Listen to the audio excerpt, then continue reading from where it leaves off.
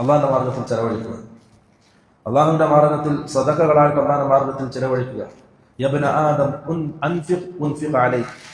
റസൂൽ സല്ലല്ലാഹു അലൈഹി വസല്ലം വാക്കാണ്. മനുഷ്യരെ, നിങ്ങൾ അള്ളാഹിന്റെ മാർഗത്തിൽ ചെലവഴിക്കുക. ഉൻഫിഖ് അലൈക്, നിന്റെ മേൽ ചെലവഴിക്കപ്പെടും.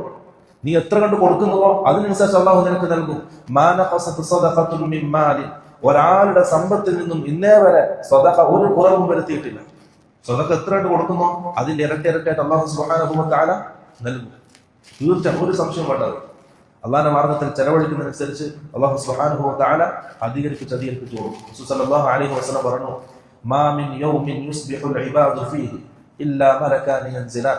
എല്ലാ ദിവസവും രാവിലെ രണ്ട് മലക്കുകൾ ഇറങ്ങി വരും, ആകാശത്ത് ഭൂമിയിലേക്ക് ഇറങ്ങി വരും.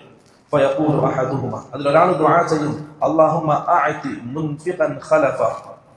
രണ്ടാമത്തെ ആൾ ദുആ ചെയ്യും, അല്ലാഹുമ്മ അഅതി മുംസികൻ തലഫ. ഒരാളുടെ ദുആ, അല്ലാഹുവേ നിന്റെ മാർഗത്തിൽ ചെലവഴിക്കുന്ന ആൾക്കാർക്ക് നീ പകരം കൊടുക്കണമേ. എല്ലാ ദിവസവും രാവിലെ മലക്കിന്റെ ദുആ. അതിൽ നമ്മൾ പെട്ടിട്ടുണ്ടെങ്കിൽ അള്ളാഹുവിന്റെ സ്വീകാര്യമാണ്. അല്ലാഹു നിന്റെ മാർഗത്തിൽ ചെലവഴിക്കുന്നവർക്ക് നീ കൊടുക്കണം.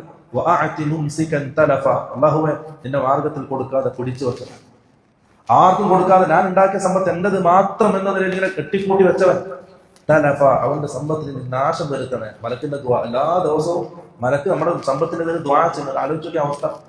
ആരും കൊടുക്കാതെ കെട്ടിക്കൂട്ടി വെച്ചുകൊണ്ട് സമ്പത്തിനെതിരെ മലക്കിന്റെ ദുആ ഓരോ സുബഹിക്ക് ശേഷവും. കൊടുക്കുന്ന ആളാണെങ്കിലോ നിത്യമായിട്ട് മലക്ക് ദുആ ചെയ്യും ഓരോ ദിവസവും രാവിലെ, അല്ലാഹുവേ അവൾ നീ പകരം കൊടുക്കണേ, പകരം കൊടുക്കണേ. നമുക്ക് ഇരട്ടിപ്പിച്ച് അല്ലാഹു നൽകും. കൊടുക്കാതെ കെട്ടിപ്പൂട്ടി വെക്കുന്നവൻ ഓരോ ദിവസവും രാവിലെ മലക്കിന്റെ ശാപപ്രാർത്ഥന, അല്ലാഹു അവന്റെ സമ്പത്തിനെ നശിപ്പിക്കണേ. അപ്പോ ആറാമത്തെ എന്താണ്? അള്ളാഹിന്റെ മാർഗത്തിൽ ചിലവഴിക്കുക.